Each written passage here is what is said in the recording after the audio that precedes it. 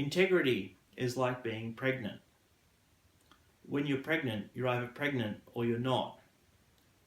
With integrity, you either have integrity or you don't have integrity.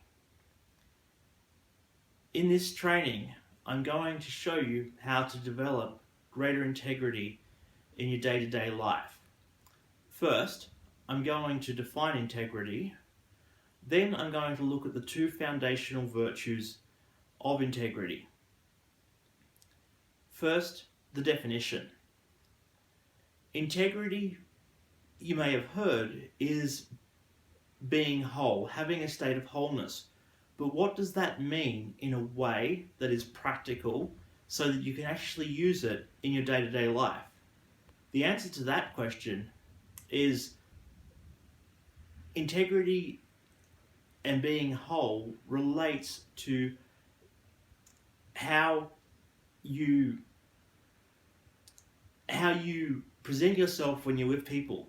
Are you the same with one group of friends as you are with another group of friends as you are when you're on your own? Do you behave in the same way? For example, let me illustrate this with an example from my own life. I'm a Bible-believing Christian and I'm also gay. It's very tempting constantly to behave in one way with my Christian friends and behave in a different way with my gay friends.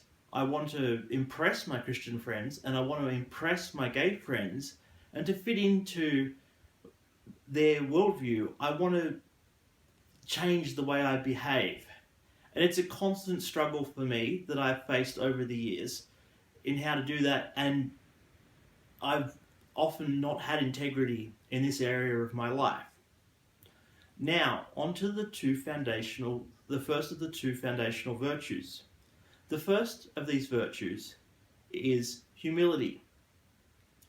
To have integrity, you need to have humility, and humility in the sense of recognizing that you're not in control. You're not in charge of what happens in your life. Your life is governed by natural law, that certain principles govern your life, and those principles determine what happens, not you. One example of a natural law is that to be trusted, you need to be trustworthy. You can't be dishonest and lying and stealing and expect to be people to consider you trustworthy.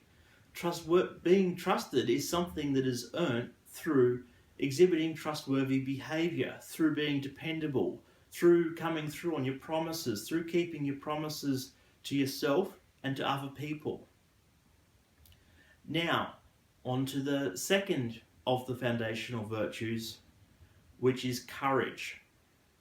It's not enough just to recognize that you're not in charge of your life.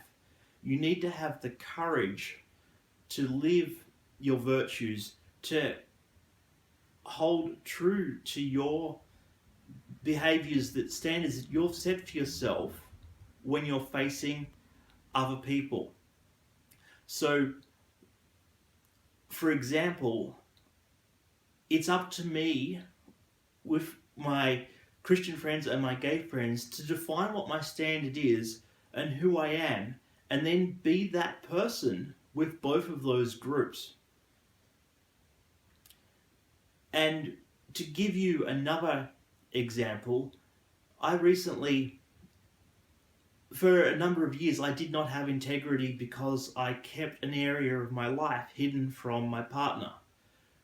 I recently chose to share that area of my life with my partner, even though I was aware that in doing so, I risked the relationship ending. And that's actually what happened.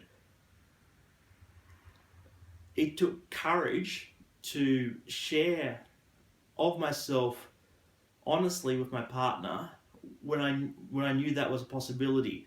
As Dr. Stephen R. Covey says, you get to pick up one end of the stick, and you also pick up the other end of the stick. So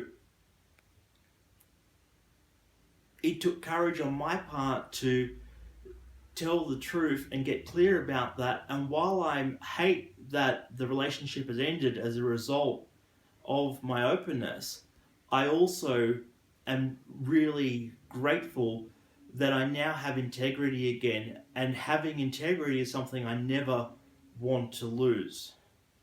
In summary, I started by defining integrity as being whole, in behaving the same way with everybody in your life, whether you're with people or on your own. Then I looked at the two foundational virtues of integrity: humility and courage. Now, I encourage you to look at your life. Do you have integrity? If the answer to that question is no, then I ask you to look and consider, what step can I take today to get integrity in my life?